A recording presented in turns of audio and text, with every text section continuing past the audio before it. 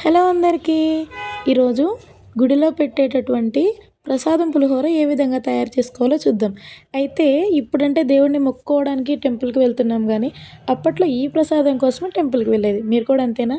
అలా అయితే దీనికోసం ముందుగా పచ్చిశనగపప్పు, ధనియాలు అండ్ కొంచెం కప్పు మినపప్పు, జీలకర్ర, ఆవాలు అండ్ మిరియాలు, కొంచెం నువ్వులు తీసుకుని లైట్‌గా ఫ్రై చేసుకుని, దానిలో 4, 5 ఎండుమిర్చి వేసుకుని మెత్తని పొడిలా పట్టుకుని పక్కన పెట్టుకోండి.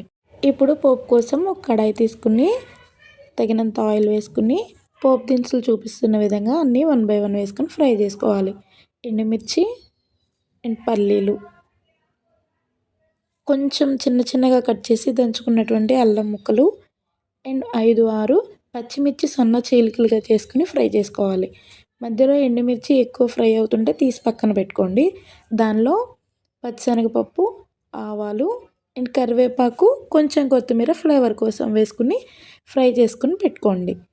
ఈ బాగా ఫ్రై అయిన తర్వాత మనం ముందుగా ప్రిపేర్ చేసి పెట్టుకున్నటువంటి పౌడర్ని 1 ఆర్ 2 టేబుల్ స్పూన్ మీ రైస్కి తగినంత వేసుకుని, దానిలో ముందుగా తీసుకున్నటువంటి చింతపండు పులుసు ఏదైతే ఉందో దాన్ని దీనిలో కలుపుకొని, ఈ గ్రేవీ అంతా చిక్కబడేంత వరకు లో లో ఫ్లేమ్లో పెట్టుకొని ఫ్రై చేసుకుంటూ ఉండాలి. ఇది మంచిగా ఫ్రై అయిన తర్వాత దానిలో కొంచెం పసుపు అండ్ రుచికి తగినంత సాల్ట్ వేసుకుని, కొంచెం మనం రైస్లో కలుపుకోవడానికి పాసిబుల్ అయ్యేంత చిక్కగా ఉంచుకుంటే సరిపోతుంది.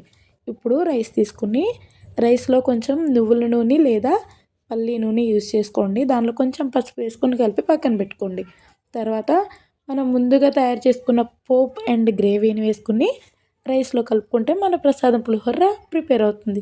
మీకు ఇంకా కావాలి అనుకుంటే దానిలో మనం ముందుగా చేసుకున్న పౌడర్ని జస్ట్ 1 స్పూన్ అలా అలా పైన చల్లుకొని కొత్తిమీరతో సర్వ్ చేసుకుంటే మనకెంతో ఇష్టమైన ప్రసాదం పులిహోర రెడీ అవుతుంది.